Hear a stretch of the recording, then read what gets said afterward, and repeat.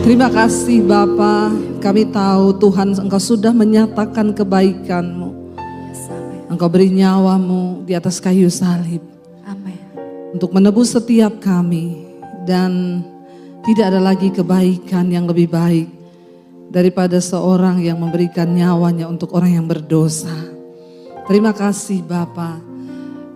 Ajar kami hidup dan melakukan bagian kami hari-hari ini. Untuk sungguh-sungguh percaya kepada Tuhan. Bawa kami untuk sungguh-sungguh melihat bahwa Engkau Tuhan yang sudah berjanji dan Engkau menepatinya dalam hidup kami. Terima kasih Bapa, kami buka hati bagi firman Tuhan. Urapi hamba-Mu yang tidak ada apa-apanya. Di dalam nama Yesus kami berucap syukur, sama-sama katakan Amin. Amin. Amin. Tepuk tangan buat Tuhan Yesus. Silakan duduk Bapak Ibu. Shalom. Apa kabarnya hari ini?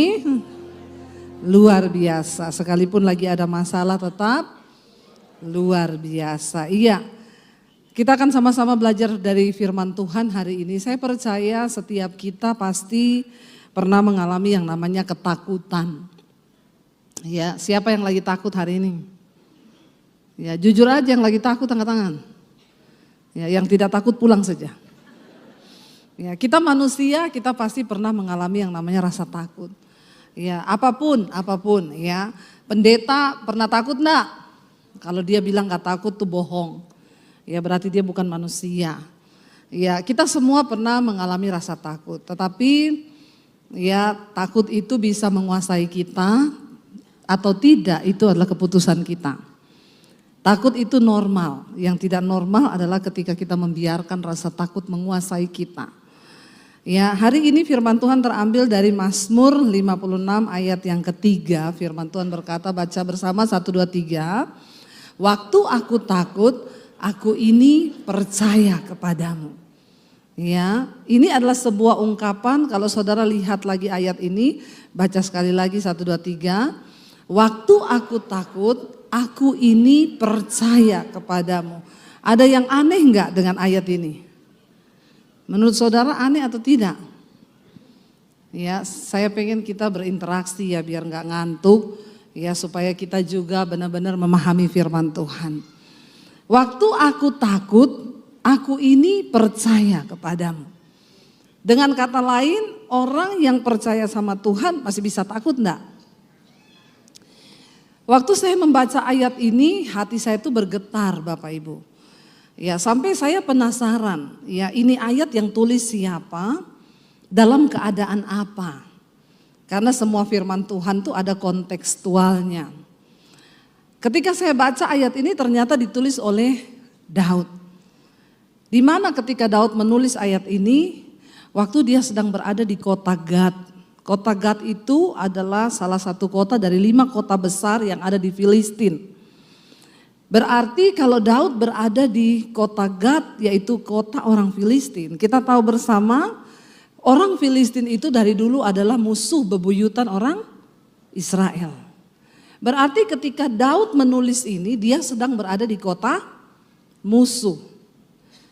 Kalau dia sedang menulisnya ketika dia ada di kota musuh, ketika itu berarti dia lagi takut atau tidak? Ya, di kota musuh loh. Dan kenapa Daud menulis itu dia berada di kota musuh? Karena ketika dia menulis itu di Israel bukan lagi menjadi tempat yang aman bagi Daud. Dan salah satu pilihan Daud untuk melarikan diri adalah itu di kota musuhnya sendiri. Saudara tahu Gad ini adalah tempat Goliat itu lahir dan Gad ini adalah kota asalnya Goliat. Seorang raksasa yang dibunuh oleh Daud, tingginya 6 hasta 1 jengkal.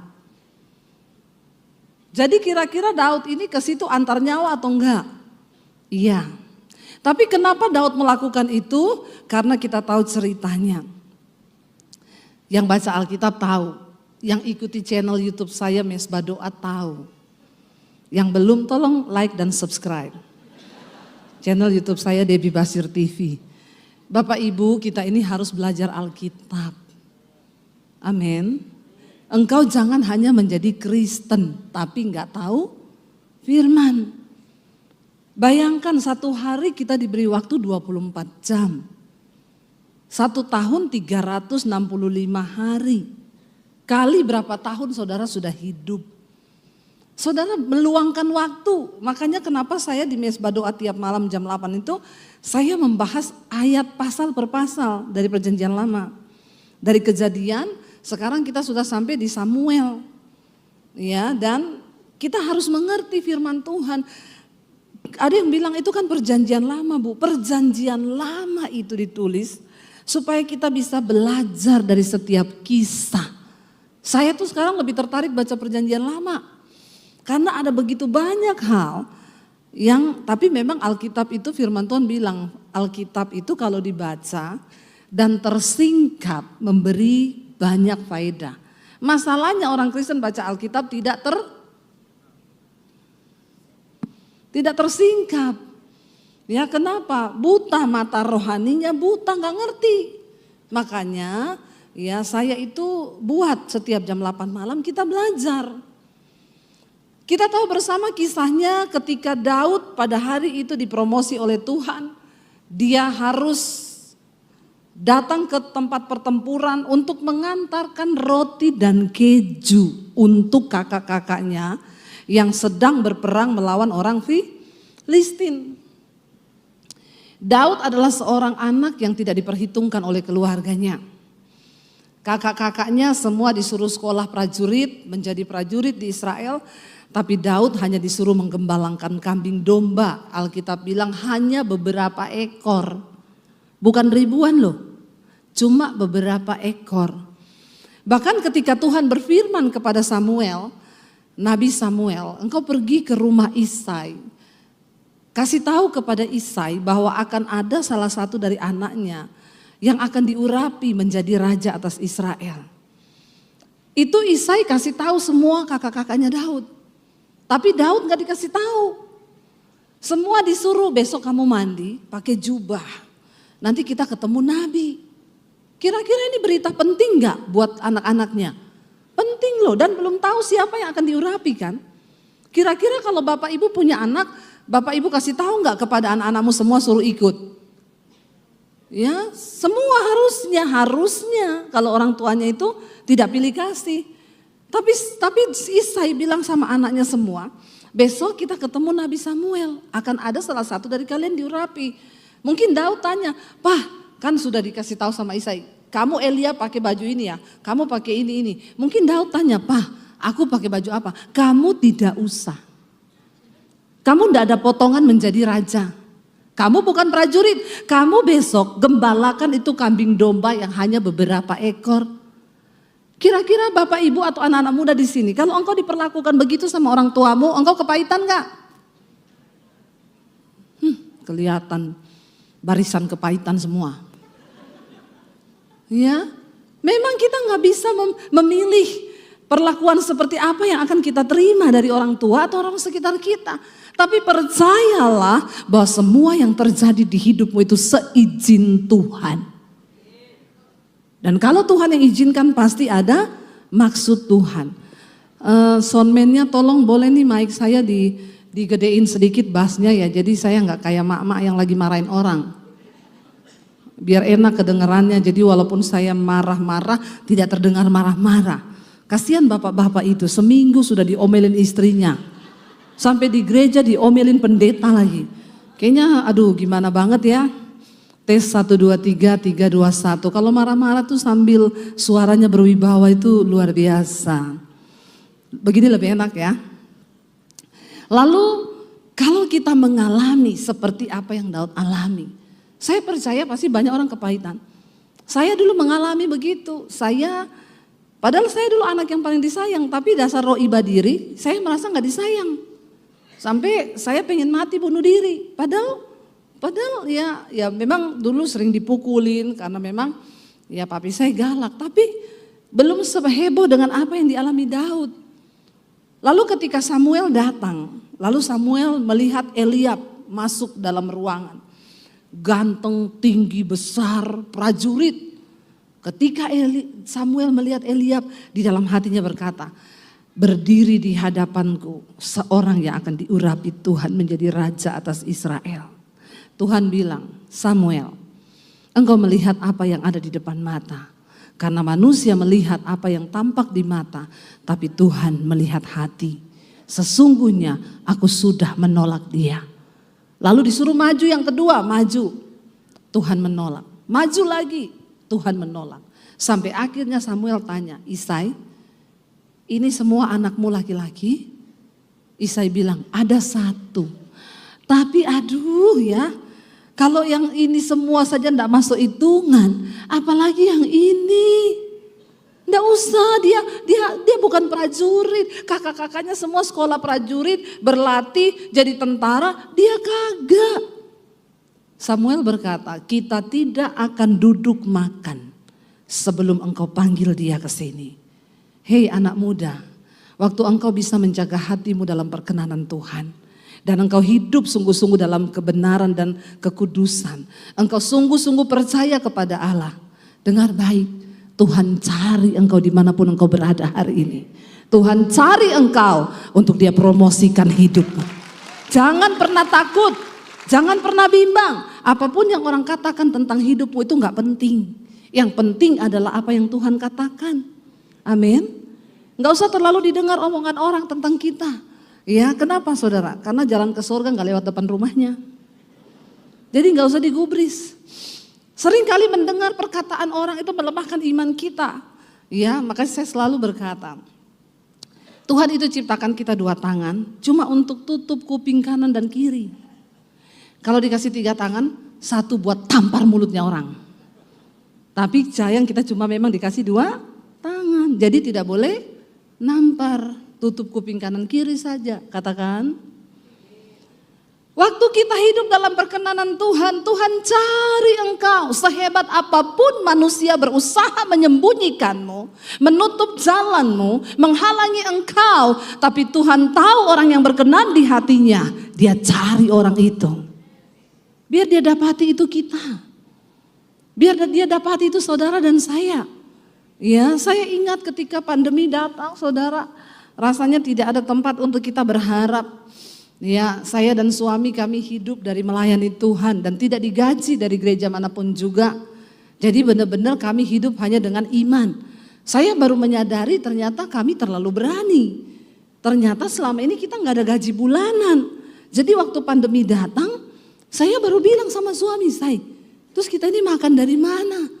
Semua pelayanan cancel. Dan saya nggak punya deposit puluhan juta. Saya nggak punya investasi. Saya tidak punya emas batangan. Saya punyanya emas Daniel. 80 kilo. Tapi dijual enggak laku. Dan memang tidak dijual, ini koleksi pribadi. Saya baru menyadari loh, kita ini terlalu berani ya. Makanya dari dulu saya ini nggak bisa kredit bank. Ya, karena selalu ditanya, Bu ini semua, ya oke, satu syarat yang harus ibu penuhi, slip gaji. Kalau sudah dibilang gitu, aduh mas itu dia mas. Loh kenapa Bu? Ibu ada gaji kan? Ada. Terus kenapa ada gaji slipnya? Enggak ada Bu. Karena saya ini gajinya dari sorga mas. Lah terus slipnya? Lah slipnya dengan iman. Jadi banknya abang masnya bilang ya, pegawai banknya bilang, aduh maaf ya Bu, bank tidak menerima slip gaji dengan iman Bu. Karena kebetulan atasan saya belum beriman.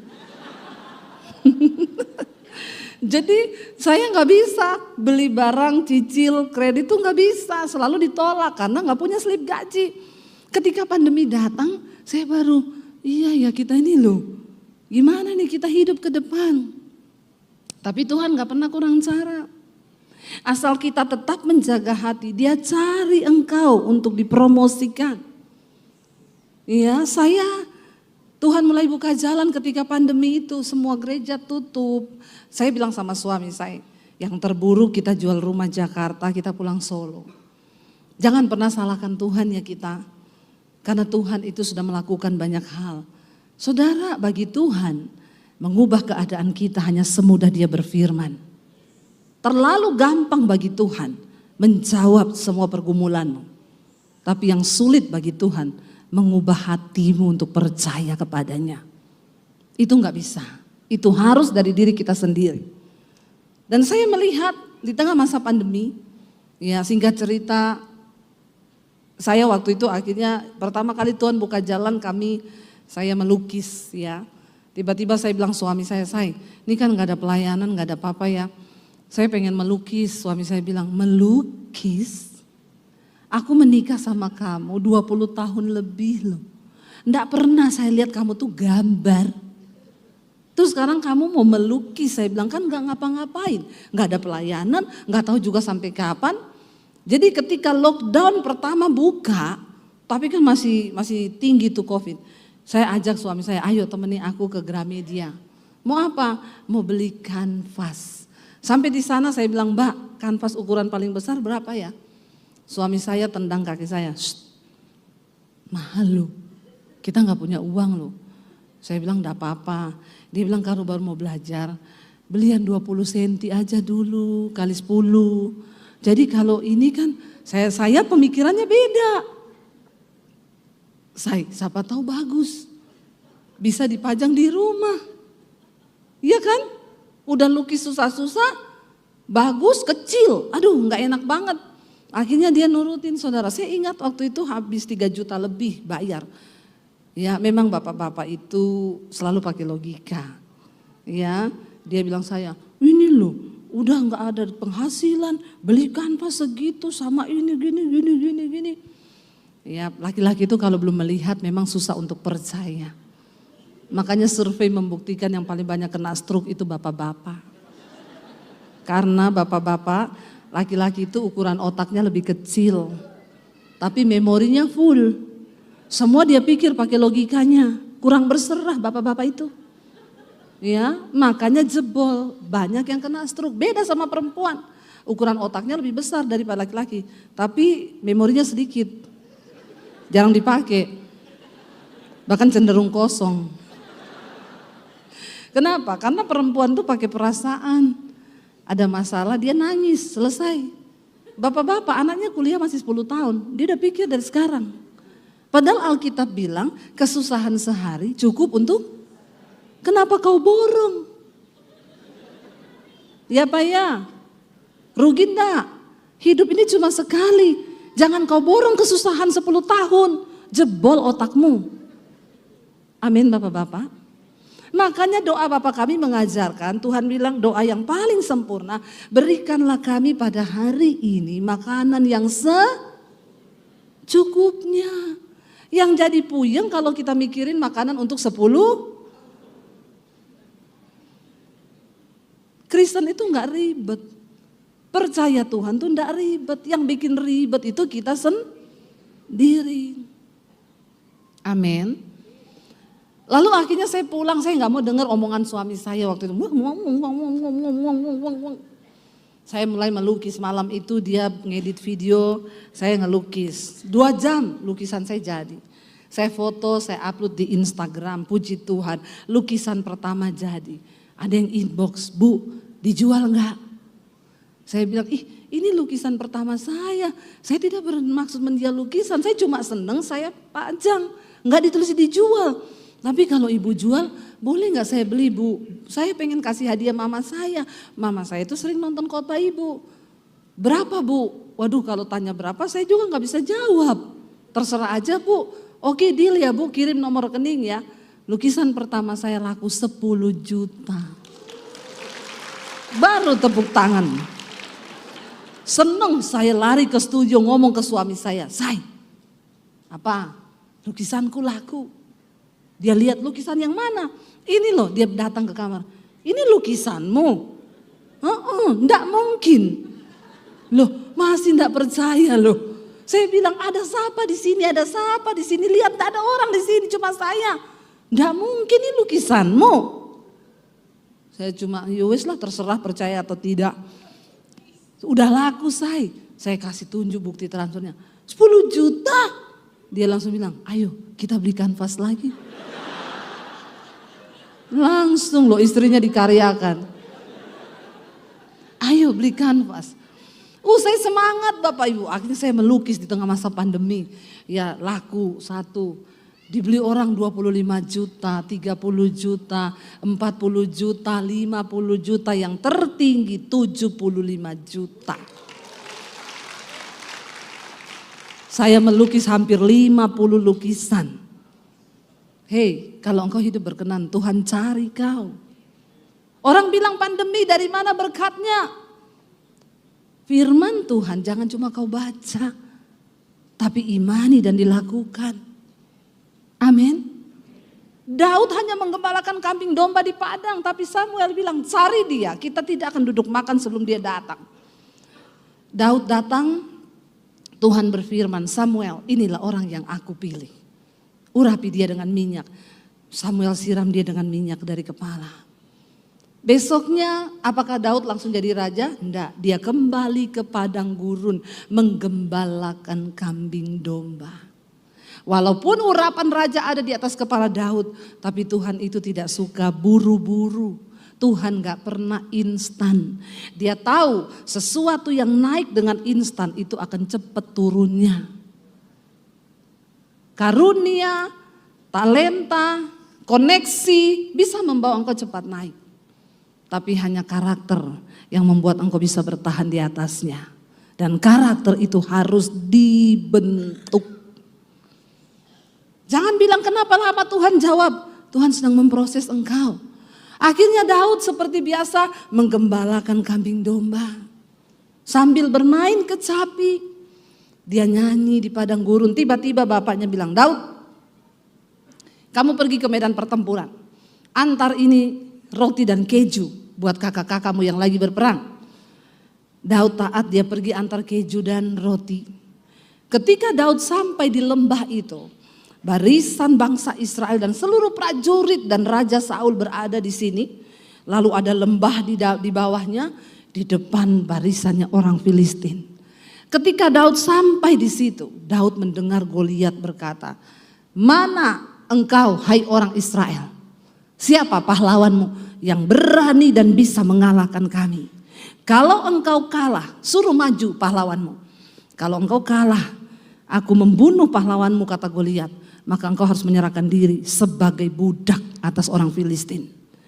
Daud dengar itu, semua ketakutan. Karena Goliat tingginya itu 6 hasta. Mereka cuma 2 hasta. Goliat 6 hasta lebih 1 jengkal. Bayangkan. Daud datang, semua orang ketakutan. Daud dengar Goliat menentang bangsa Israel, pasukan dari Allah yang hidup. Daud gak bilang gini, udah gila mah, astaga gede banget ini orang raksasa. No, waktu Daud dengar dia bilang gini, siapa? Orang Filistin yang tidak bersunat ini. Yang berani mengolok-ngolok barisan daripada Allah bangsa Israel yang hidup. Aku akan pergi mengalahkan dia. Kakaknya datang, saya tahu kenakalanmu ya. Kau ini datang ke sini mau nonton perang kan. Pulang kau, gembalakan kambing domba yang cuma berapa ekor itu. Pulang. Daud bilang, aku akan pergi melawan orang ini. Lalu dilaporkan kepada Saul. Saul datang dan berkata, apa pengalamanmu melawan dia? Dia itu dari masa mudanya. Dia sudah berlatih perang. Dan kau lihat badannya, kita saja di sini semua yang tiap hari latihan perang. Takut, dengan apa kau akan maju melawan dia? Daud gak ngomong, aku punya pedang, aku punya senjata. No. Daud bersaksi kepada Saul, pengalaman pribadinya dia dengan Tuhan. Dia bilang, aku ini sering menggembalakan kambing domba ayahku. Kalau datang singa, datang beruang, kambingku dan dombaku diterkam. Aku kejar singanya, aku kejar beruangnya, aku robek mulutnya. Dan aku ambil itu dombaku, dan aku bunuh singa dan beruang itu. Dan Daud bilang, Allah yang menyertai aku ketika aku berperang melawan singa dan beruang itu, Allah yang sama yang akan menyertai dan memberikan aku kemenangan untuk berhadapan dengan orang Filistin yang tidak bersunat ini. Bapak Ibu, apa yang menjadi kekuatan ketika kita menghadapi persoalan? Pengalaman pribadimu dengan Tuhan. Katakan amin. Jangan hanya jadi Kristen. Karena tidak semua orang Kristen masuk surga. Jangan hanya jadi orang yang beragama. Karena sesungguhnya hubungan dengan Tuhan itu adalah yang terpenting. Ketika engkau punya pengalaman pribadi, waktu pandemi datang, saya tidak begitu takut. Sekalipun di rekening kami tidak ada uang, saya selalu menguatkan hati berkata di dalam doa saya, Tuhan, aku ini dulu pernah diusir dari keluargaku karena mengikut Engkau. Aku tidak punya uang 1 sen pun. Aku tidak punya orang yang bisa aku taruh sandaran hidupku untuk minta beras 1 kilo. Aku hidup seorang diri. Dan di situ aku melihat Engkau menyertaiku. Aku tidak mati. Aku masih ada sampai hari ini. Tuhan yang sama. Yang akan menyertaiku hari ini di tengah pandemi. Di mana tidak ada dasar untuk berharap. Saya dan suami gak pernah pinjam uang sama orang. Kita tidak pernah meminta. Jangan pernah kau harapkan keluarga. Harapkan orang tua. Harapkan mertua. Karena itu hidupmu terkutuk. Karena firman Tuhan berkata, terkutuklah orang yang mengandalkan manusia. Terkutuklah orang yang mengandalkan sesamanya. Terkutuklah orang yang mengandalkan kekuatan dirinya sendiri. Tetapi diberkatilah orang yang mengandalkan Tuhan. Saya baru menyadari kenapa banyak orang Kristen hidupnya terkutuk. Tidak pernah mengalami keadaan yang baik. Itu artinya terkutuk. Karena ternyata tanpa kita sadari, seringkali kita ini mengandalkan manusia. Saya ini banyak bantu pendeta-pendeta di desa. Tapi begitu ada pendeta yang WA dan coba untuk minta, saya tidak tergerak. Saya bilang, Pak, duduk di kaki Tuhan. Pakai imanmu, buktikan bahwa Tuhanmu hidup. Tuhan itu ada. Dan dia suka memberkati orang yang mengandalkan dia. Ketika Daud menceritakan pengalaman pribadinya kepada Saul, Saul bilang, ya sudah, maju. Dalam hatinya Saul, walahu alam. Iya kan, daripada gak ada yang maju, siapa tahulah ada keberuntungan yang menyertai orang ini yang gak mungkin bisa menang. Saul bilang, sini pakai baju perangku ya, ini akan menjadi perlindungan bagimu, maju lawan dia. Waktu dipakein bajunya Saul, Daud tidak bisa berjalan. Dia tidak terbiasa, terlalu berat. Baju perang Saul itu berbicara tentang perlindungan manusia. Daud tidak terbiasa mengandalkan manusia. Makanya dia menulis banyak lagu-lagu rohani yang kita nyanyikan sekarang itu Mazmur. Penulisnya itu Daud. Kapan dia menulis itu? Ketika dia sedang berada di padang gurun. Dia punya banyak waktu mengalami Tuhan. Saudara, ketika engkau ada masalah hari ini, jangan buru-buru lari dari masalah itu. Duduk tersungkur di kaki Tuhan dan bilang, Tuhan, apa maksudmu di balik masalah yang aku hadapi? Waktu engkau menemukan maksud Tuhan, engkau menemukan goal di dalam hidupmu. Ketika engkau menemukan apa yang Tuhan mau, barulah dia membukakan pintu berkat. Bagi Tuhan, menyelesaikan masalahmu, itu cuma semudah dia berfirman. Waktu itu bagi saya sulit. Bagaimana bisa saya mau bertahan hidup di tengah masa pandemi, gak ada gaji bulanan. Tuhan cuma bilang, lukis, aku akan buka pintu berkat. Tiba-tiba pintunya terbuka. Di tengah masa pandemi, tadinya kami mau jual rumah gak jadi. Kami malah beli rumah lagi. Saya bangun studio di tengah masa pandemi, bahkan lewat anugerah dan berkat Tuhan, kita bisa bangun puluhan gereja-gereja di desa.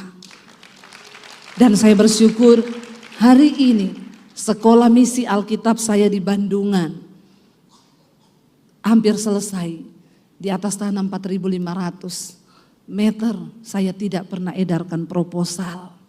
Kalau Tuhan yang bekerja, engkau hanya akan terheran-heran melihat bagaimana wow dahsyat perbuatan Tuhan itu. Saya melihat, saya cuma menangis. Tuhan tuh ngomong, aku enggak cari orang kaya. Aku enggak cari orang pintar. Waktu Tuhan suruh saya bangun sekolah misi itu. Karena saya banyak keliling ke daerah melihat di desa-desa. Bagaimana pelayan-pelayan Tuhan minim. Akhir zaman Alkitab berkata tuaian itu menguning, tuaian banyak. Tapi penuainya sedikit. Tuhan bilang kamu bangun sekolah, persiapkan penuai. Dan apa yang tidak masuk di akal, saya waktu itu tanya Tuhan enggak salah. Saya ini bukan orang yang punya titel berjejer. Saya juga bukan orang kaya yang punya deposit puluhan miliar. Tuhan bilang, aku tidak cari orang seperti itu. Aku cari orang yang percaya kepadaku, yang beriman. Karena hanya imanlah yang akan membuat semua proyekku dan rencanaku di bumi ini terwujud. Saya berkata, iya Tuhan, saya mau. Dan nanti bulan Juli atau Agustus kita akan peresmian di Semarang, di Bandungan. Saya hanya melihat, wow, Tuhan itu dahsyat. Bapak Ibu, ketika Daud maju berperang, Goliat ketawa terbahak-bahak, dia turun ke lembah dan dia bilang, anjingkah aku? Sehingga engkau mendatangi aku cuma dengan batu dan ketepel? Aku mendatangi engkau dengan tongkat, lembing dan pedang. Dan engkau pikir aku anjing, engkau bawakan batu? Bapak Ibu, Daud maju dan berkata, engkau mendatangi aku dengan pedang, tombak dan lembing. Tapi aku mendatangi engkau dengan nama Tuhan Allah Israel yang memberikan kemenangan kepadaku.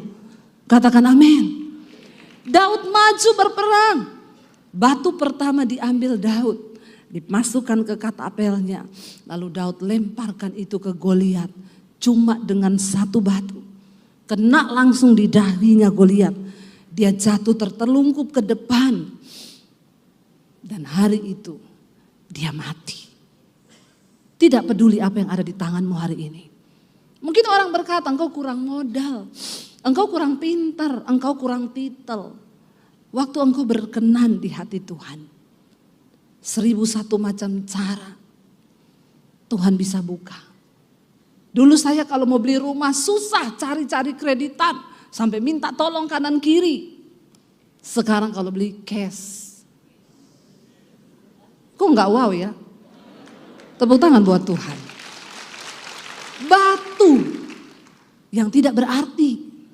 Bukan dengan tombak, bukan dengan lembing, bukan dengan pedang. Daud mendatangi Goliat cuma dengan batu. Mati.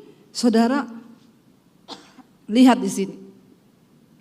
Daud tidak pernah menyangka kalau hari itu adalah hari Tuhan mempromosikan dia. Engkau hanya akan terheran-heran ketika satu saat Tuhan cari engkau dan dia angkat tinggi engkau. Ketika pandemi datang, Tuhan promosikan saya lewat channel YouTube saya. Tiba-tiba saya naik, semua berkata, ini Debbie Basir pendeta dari mana? Kenapa tiba-tiba muncul?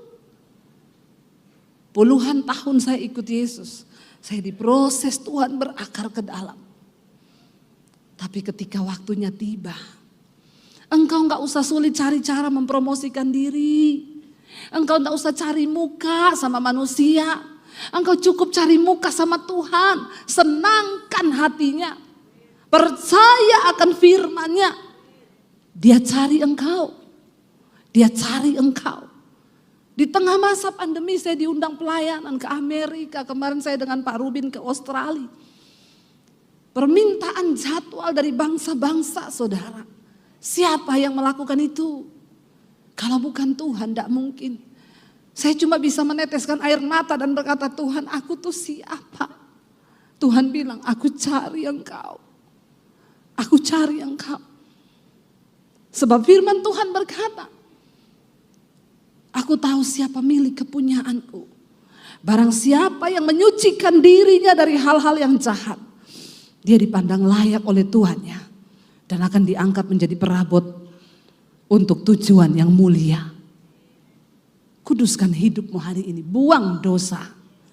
Jangan engkau terus hidup di dalam dosa, kenajisan, percabulan, perselingkuhan, homoseksual, lesbian. Tinggalkan apa yang tidak berkenan kepada Tuhan. Tuhan cari hidupmu. Lalu saudara, saat itu Daud dipromosikan. Karena sesuai dengan janji Saul, siapapun yang mengalahkan Goliat, pertama hadiahnya akan dinikahkan dengan anaknya Raja Saul. Kedua, dia akan diangkat sebagai panglima perang. Orang yang tadinya hanya menggembalakan kambing domba, diangkat jadi panglima perang. Kakak-kakaknya yang latihan bertahun-tahun, tapi bagi orang yang dikenan Tuhan, Tuhan angkat hidupmu. Makanya Alkitab berkata, untuk apa Engkau bangun pagi-pagi, bersusah-susah, engkau cari berkat untuk bisa makan roti. Karena semua itu diberikan Tuhan kepada orang yang dikenannya, bahkan pada waktu dia tidur. Saya tidak suruh saudara tidur, tapi jadilah orang yang dicintai Tuhan. Supaya engkau hidup ini cuma 70 tahun saudara. Jangan engkau susah-susahkan dengan hal-hal yang terlalu ribet dan rumit di hidup ini. Jangan engkau hidup seperti orang yang terkutuk. Susah terus tiap hari, sampai tersenyum aja gak ada waktu. Dengar firman aja gak ada waktu, engkau sibuk cari uang. Ketika engkau dipanggil satu saat nanti sama Tuhan, apa yang harus engkau pertanggungjawabkan? Daud dipromosikan Tuhan, sekalipun Saul itu jahat. Harusnya dia beri anaknya untuk dinikahkan. Anak yang pertama dia tidak beri kepada Daud, dia beri kepada orang lain. Anak yang kedua dia bilang, Daud nikahi anakku ini. Daud bilang, apakah aku layak menikahi anakmu? Saul bilang, ya memang engkau tidak layak, makanya ada syarat. Saul iri kepada Daud karena kemenangan yang diraih. Dan Alkitab berkata ketika Daud menang melawan Goliat, Saul mengangkat Daud menjadi kepala pasukan 1000. Itu adalah pasukan yang paling depan untuk berhadapan dengan orang Filistin. Sebab pikir Saul, biar Daud mati di tangan orang Filistin, jangan tanganku yang membunuh dia. Sebab kalau aku yang membunuh dia, maka orang Israel pasti akan marah. Saul iri hati terhadap Daud. Di hidup ini, walaupun kita mendapat promosi Tuhan, orang-orang iri hati itu akan selalu ada. Karena hidup ini rasanya tidak lengkap tanpa orang-orang seperti itu. Mereka lah yang akan memproses kita. Daud dengan lugu hati, dia tidak pernah curiga dengan Saul. Saul bilang begini, kamu nikahi anak saya kasih syarat. Kamu harus menggantinya dengan 100 kulit katan orang Filistin. Kamu tangkap orang Filistin, kamu sunat, bawa kulit katannya ke sini 100. Dalam hatinya Saul, matilah kau, dibunuh sama orang Filistin. Daud berkata, siap raja, aku akan melakukan. Daud pergi, dia pulang bawa berapa? 200 kulit katan. Dia bilang, bukan hanya kulit katannya aku bawa, tapi aku bunuh 200 orang Filistin itu yang menjadi musuh bangsa Israel. Jangan tanya siapa yang sunat 200 orang itu, karena tidak tercatat di dalam Alkitab. Tapi Daud bawa 200, Saul minta 100. Ketika Saul melihat Daud membawa 200, dia takut. Dan Alkitab berkata, maka tahulah Saul bahwa Daud itu disertai Tuhan. Bagaimana mungkin dia bisa memenuhi permintaan yang begitu sulit? Tapi itu terjadi. Tapi dari situ Saul terus pengen membunuh Daud. Singkat cerita, Daud melarikan diri ke kota Nob, yaitu kota para imam. Karena Daud berpikir di tempatnya imam dia bisa aman. Saudara, ketika engkau ada masalah, jangan engkau lari pada manusia. Saya selalu berkata dalam pengajaran saya, jangan cari pendeta, cari Tuhan. Amin. Bahkan engkau akan kecewa. Kenapa Daud lari ke kota Nob? Karena Daud berpikir itu adalah kota para imam. Dia pasti akan dilindungi dan Saul pasti takut dengan imam. Imam itu orang yang mendengar suara Tuhan. Tetapi apa yang terjadi? Ternyata kalau Tuhan mengizinkan sesuatu, ya terjadilah begitu saja. 1 Samuel 22.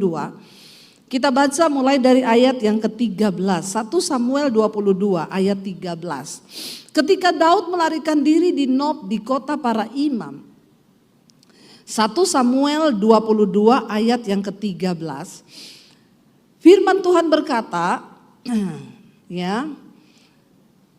Kemudian bertanyalah Saul kepadanya, mengapa kamu mengadakan persepakatan melawan aku?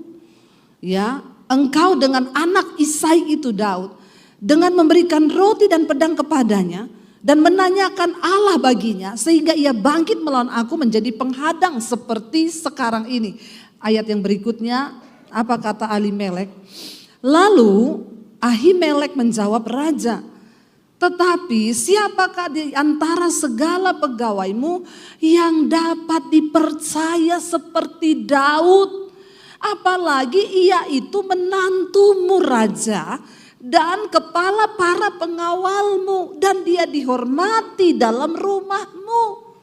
Imam Ahimelek berkata kepada Saul, tidak ada pegawai yang dapat dipercaya seperti dia, dia juga menantumu. Ayat yang berikutnya, apa jawabnya Saul? Bukan ini pertama kali aku menanyakan Allah bagi dia, jawab Ahimelek ini ya. Dia adalah imam yang selalu menanyakan perihal apa maunya Tuhan bagi Daud. Bukan ini pertama kali aku menanyakan Allah bagi dia, sekali-kali tidak. Janganlah kiranya raja melontarkan tuduhan kepada hambamu ini. Imam ini membela Daud. Bahkan kepada seluruh keluargaku, sebab hambamu ini, aku ini, dia bilang tidak tahu apa-apa tentang semuanya itu. Dia sampai bingung, kenapa engkau mau bunuh Daud? Cuma karena iri hati. Orang tuh kalau iri bahaya loh saudara. Baik tentang perkara kecil maupun tentang perkara besar. Ayat yang berikutnya, ayat 16. Tetapi raja berkata, engkau mesti dibunuh, Ahimelek, engkau dan seluruh keluargamu. Orang itu kalau sudah iri hati mengerikan Bapak Ibu. Apa yang terjadi? Ayat 17 berkata, lalu raja memerintahkan kepada bentara yang berdiri di dekatnya, majulah dan bunuhlah para imam Tuhan itu.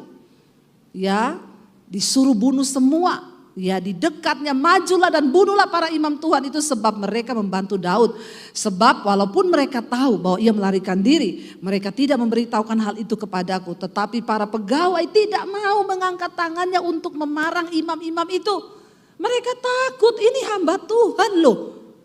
Masa suruh bunuh? Ini Saul otaknya ini sudah miring. Tapi orang kalau dikuasai iri hati, segala sesuatu dia jadikan halal. Lalu ayat berikutnya dikatakan, lalu berkatalah raja kepada Doeg, majulah engkau, karena gak ada satupun yang berani untuk bunuh para imam. Majulah engkau, paranglah para imam itu. Maka majulah Doeg, orang Edom itu, lalu memarang para imam. Ia membunuh pada hari itu berapa orang? 85 orang yang memakai baju efod dari kain lenan. Ini adalah semuanya imam. Bayangkan, dia bunuh saudara. Daud salah mengambil keputusan lari ke kota imam. Dia pikir pendeta bisa tolong dia.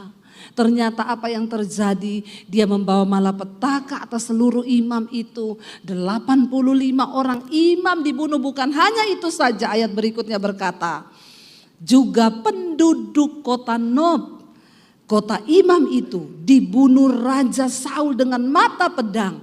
Laki-laki maupun perempuan, kanak-kanak maupun anak yang menyusu, pula lembu, keledai dan domba dibunuhnya dengan mata pedang. Lihat akibat Daud yang melarikan diri ke kota Nob, kota para imam. Dengan dia berpikir dia bisa mendapatkan pembelaan, tapi ternyata dia salah. Dari situ Daud lari ke kota Gad. Akhirnya dia bilang, tidak ada tempat aman bagiku di Israel. Bahkan para imam pun dibunuh oleh Raja Saul. Satu-satunya tempat aman bagiku, aku harus lari ke kota orang Filistin. Karena Saul tidak mungkin mengejarku sampai ke kota musuhnya. Saul pasti takut dengan orang Filistin. Bapak Ibu, saya mau tanya, semua masalah yang kita hadapi, adakah yang seberat apa yang Daud alami? Hari ini di hidupmu, ada seperti yang Daud alami? Tidak ada. Daud benar-benar berhadapan dengan kematian di depan mata. Dia harus melarikan diri ke kota musuhnya. Sebab sudah tidak ada tempat aman. Dan saya selalu berkata, tidak ada masalah yang terberat di hidup ini kecuali dengan yang namanya diperhadapkan dengan kematian. Kematian. Saya ingat kemarin saya bawa grup ke Israel. Singkat cerita kami buka pendaftaran lewat YouTube channel saya. Akhirnya tercatat yang mendaftar itu 116 orang. Itu pun karena sudah tidak ada tiket ya, dan akhirnya berangkat. Terpaksa saya harus berangkat duluan karena ada kesalahan dari pihak travel yang sudah menerima 5 orang bisnis kelas dan ternyata bisnisnya itu tidak cukup di pesawat itu. Lalu bingung, uang mau dikembalikan, orangnya tidak mau. Mereka bilang kami tidak mau, kami harus berangkat. Lalu dicarilah solusinya. Bapak Ibu harus berangkat duluan 1 hari sebelumnya, berangkat sendiri mau nggak? Tidak mau. Kami mau berangkat kapanpun mau, tapi sama Ibu Debbie. Waduh, saya bilang sama suami saya, aduh bagaimana ya, saya nggak mau pisah sama suami, sama anak-anak, sama grup besar. Ya nggak bisa, suami saya bujuk saya, ya udahlah saya berkorban aja lah kali ini ya. Saya berangkat akhirnya tanggal 17, saya berangkat duluan. Mereka tanggal 18. Saya 1 hari di Muscat, kita city tour, lalu besoknya jalan mereka dari Jakarta dan kita akan ketemu di Jordan, di Amman.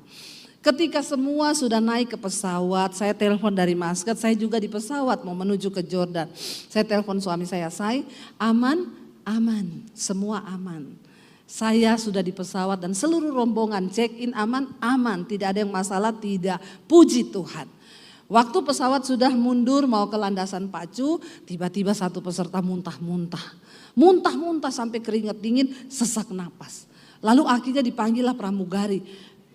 Tolong ini peserta saya ada yang ini gini. Oh coba ya kita pindahkan ke bisnis.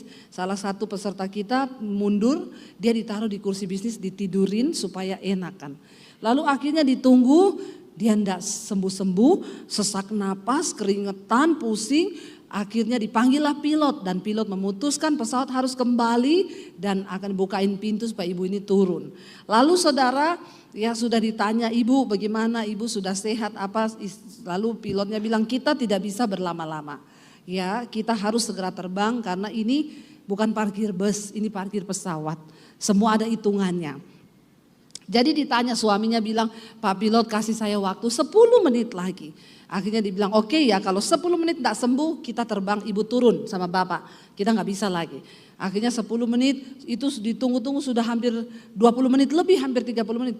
Pak sudah tidak ada batasan waktu, sekarang bapak turun dan ibu.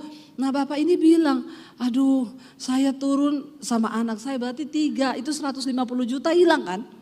Bapaknya bilang, saya nggak mau turun, tapi nggak bisa istri berangkat kami nggak mau tanggung jawab. Kru pesawatnya bilang, ini harus turun. Akhirnya bapaknya bilang, ayo mah kita turun. Begitu udah mau turun, istrinya bilang, aku sembuh. Tiba-tiba penyakitnya itu kayak diangkat, dicabut. Beneran kamu sembuh? Yakin, sembuh. Lalu ditanya pilot, beneran bu? Bener, ya udah berarti berangkat ya. Pintu tutup. Berangkat. Waktu pesawat mau mundur kembali ke landasan pacu, tiba-tiba mesinnya mati, nguk. Semua kaget, lampu mati, AC mati, dihidupin, nggak bisa hidup. Ditunggu dihidupin, tidak bisa hidup. Akhirnya diumumkan, bukan ibu itu yang turun, semua penumpang harus turun karena pesawat mengalami sistem error komputernya. Bapak Ibu tahu kenapa Tuhan itu menunda keberangkatan lewat ibu yang sakit itu. Kalau mereka sudah terbang, 20 menit error sistem di udara. Innalillahi wa inna ilaihi rajiun. Waktu ibu itu sakit, penumpang semua gini, pakai acara sakit lagi, kita jadi lama terbang. Begitu sudah diumumkan error sistem, semua gini, untung ibu itu sakit ya. Memang manusia itu begitu. Akhirnya semua disuruh turun dan alhasil semua nunggu, lama ditunggu, belum bisa diperbaiki, harus didatangkan teknisinya itu dari luar negeri. Semua dikasih hotel dekat bandara, nginap dulu. Singkat cerita 33 jam mereka menunggu di bandara. Tadinya oke, aman, tiba-tiba terjadilah seperti 12 orang pengintai. Yang 10 bicara begini, yakin kita nanti malam berangkat pakai pesawat itu. Yakin sudah baik. Ini pesawat baru diperbaiki, komputer aja kalau error diperbaiki bisa hang di tengah jalan toh. Bisa beberapa kali perbaikan, apalagi ini pesawat. Dan ini tidak main-main, kita terbang 8,5 jam. Tiba-tiba semua, oh juga ya, waduh ngeri nih kita mati konyol ini. Akhirnya terjadi saudara keributan. Saya ini begitu turun di Amman, kelihatannya saya di aman, tapi tidak aman. Karena dapat kabar peserta tidak mau berangkat. Semua memutuskan tidak mau pakai pesawat itu. Dan waktu itu pas lebaran, dan ini kan bukan bus gampang diganti. Lah 116 orang, mau cari bagaimana? Saya bilang, mereka telepon, ibu yakin pesawat ini sudah baik? Ibu yakin kalau sistemnya sudah benar? Saya bilang, saya bukan pilot, saya juga bukan mekanik. Terus siapa yang jamin keselamatan? Apalagi itu, Tuhan Yesus yang jamin. Lah terus bagaimana ibu, jangan cari keuntungan toh ya, kita dikorbankan. Saya bilang, siapa yang mengorbankan kalian? Di pesawat itu ada suami dan anak saya. Kalau mereka semua mati, maka saya yatim piatu. Waduh, saudara, sudah heboh itu. Akhirnya anak saya juga telepon, Mam, yakin kita mau berangkat. Dia sudah dapat pengaruh juga dari ini 10 pengintai. Udah kirim foto nangis, Mam, aku takut, aku mau pulang aja. Tapi nek papi berangkat, piye no, nek papi mati. Lah bagaimana? Saya bingung, saudara. Akhirnya saya didesak sama peserta, saya bikin pengumuman di grup. Kita putuskan semua. Saya berpihak kepada peserta, kalau pakai pesawat yang sama tidak usah berangkat. Suami saya telepon, Say, kenapa kamu bikin pengumuman begitu? Aku ini lagi berusaha meyakinkan nih orang-orang. Saya bilang, aduh tapi gimana ya, saya juga gak tega anak saya.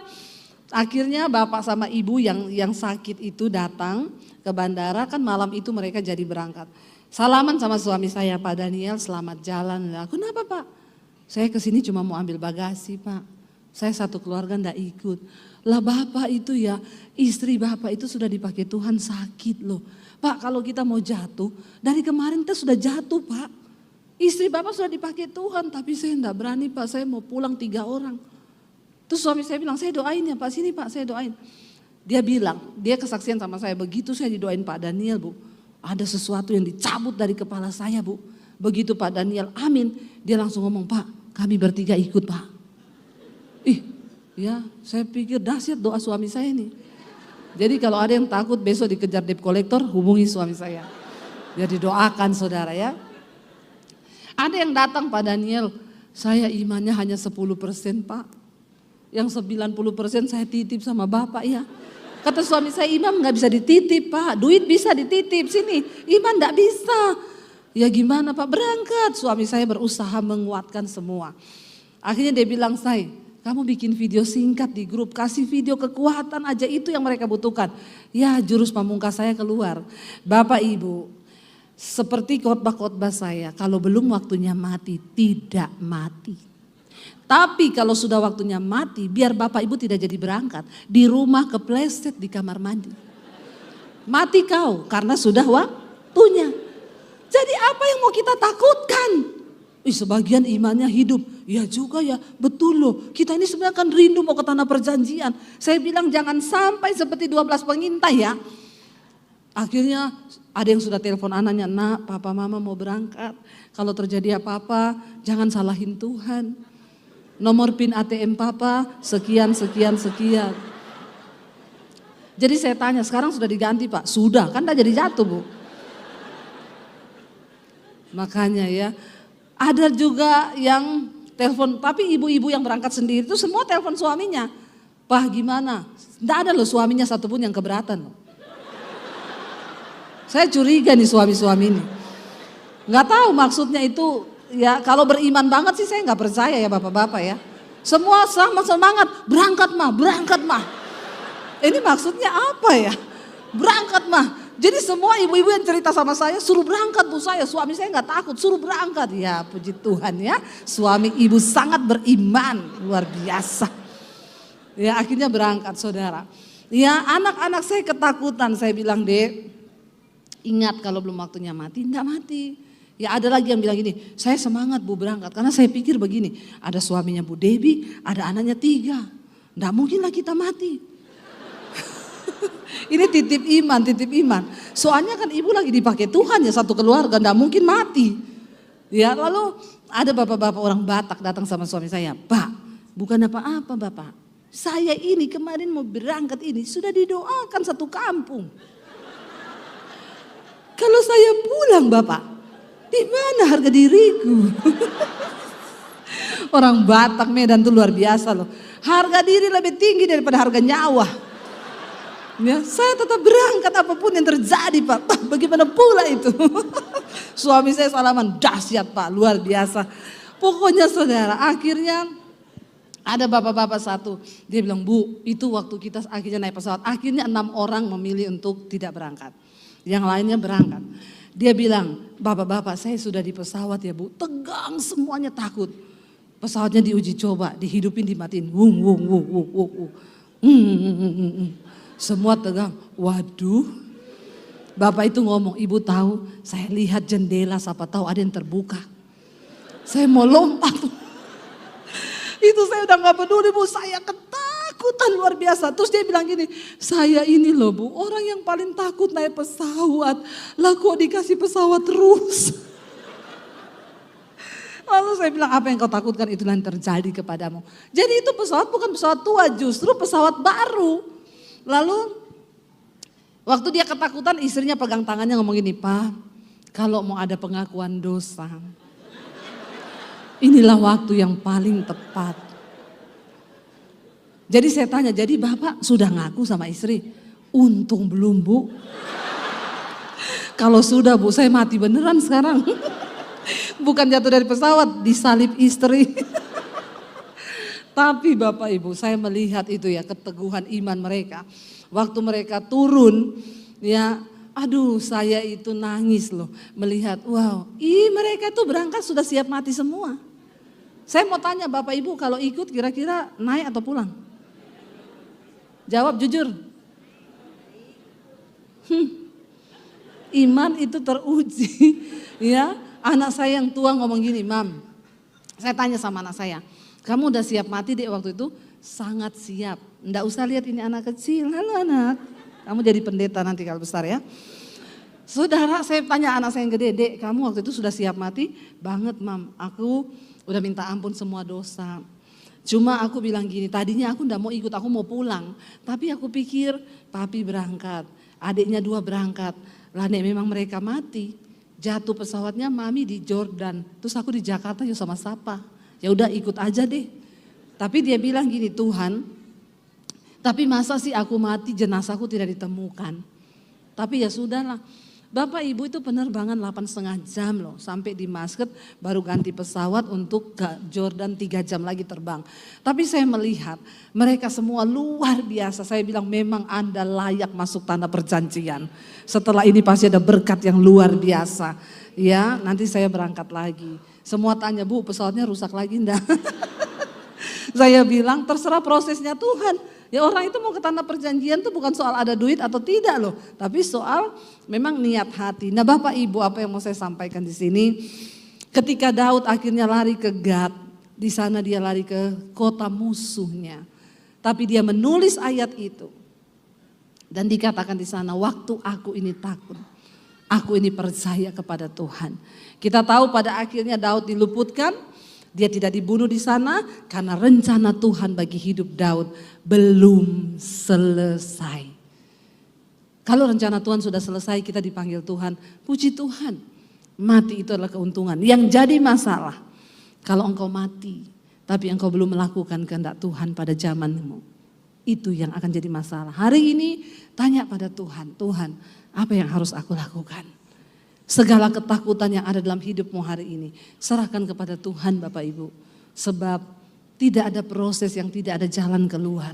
Waktu kita berserah, saya bukan cuma bisa ngomong. Saya undang para imam musik maju ke depan. Ketika pertama kali saya terima Yesus, ketakutan terbesar di hidup saya adalah saya harus mengaku Yesus di depan keluarga saya. Karena itu artinya mati. Tapi saya terus percaya kepada Tuhan. Saya bilang Tuhan kalau sudah waktunya mati berarti ya sudah waktunya sekarang aku mati. Tapi kalau belum, kalau Tuhan mau pakai hidupku aku percaya aku akan terluput. Dan segala ketakutan itu hilang. Kita tidak perlu takut. Bangkit berdiri bersama. Katakan di hadapan Tuhan. Ku tidak takut. Katakan sebab kau beserta. Sebab kau besertaku. Bilang pada Tuhan. Ku tidak bimbang. sebab Engkau Allahku, Allahku. Ini adalah mazmur yang ditulisi oleh Daud. Engkau meneguhkanku, bahkan menolongku Tuhan, menolongku. Kau batu karangku, amin Yesus, amin Tuhan, Yesus Tuhan. Bapak Ibu tundukkan kepala dalam hadirat Tuhan. Mungkin masalah yang di depanmu terlihat begitu besar, tapi jangan lihat masalah itu, lihat Tuhanmu yang lebih besar. Pastikan hidupmu di dalam perkenanan Tuhan, maka Dia cari engkau dimanapun engkau berada. Dia angkat hidupmu. Amin. Tidak ada satupun yang terlewat dari Tuhan. Apapun masalah yang kau hadapi hari ini, semua terekam di matanya Tuhan. Pastikan, katakan hari ini kami mau meneguhkan hati, percaya sungguh kepada Tuhan, bahwa Tuhan kami Tuhan yang memberikan kemenangan di hidup kami. Tuhan beri kemenangan bagi setiap anak-anakmu yang hari ini mungkin mereka sedang takut akan masa depan, pekerjaan atau apapun. Kami belajar Tuhan, orang-orang yang menang adalah orang-orang yang percaya kepadamu. Karena itu kami mau teguhkan hati dan iman kami hari ini. Sekali lagi angkat tanganmu di hadapan Tuhan Bapak Ibu. Dengan iman sekali lagi katakan di hadapan Tuhan, kami percaya Engkau memegang tangan kami Tuhan. Yesus memegangku, Yesus memegangku dengan tangan kananmu. Yesus memberiku kemenangan,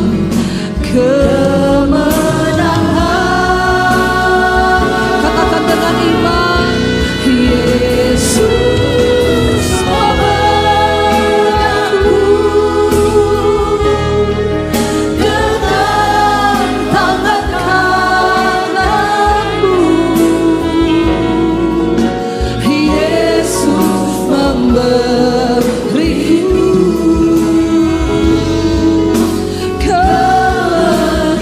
Engkau yang takut, engkau yang gelisah hari ini, angkat tanganmu katakan, Yesus, Engkau yang pegang kami dengan tangan kananmu yang membawa kepada kemenangan.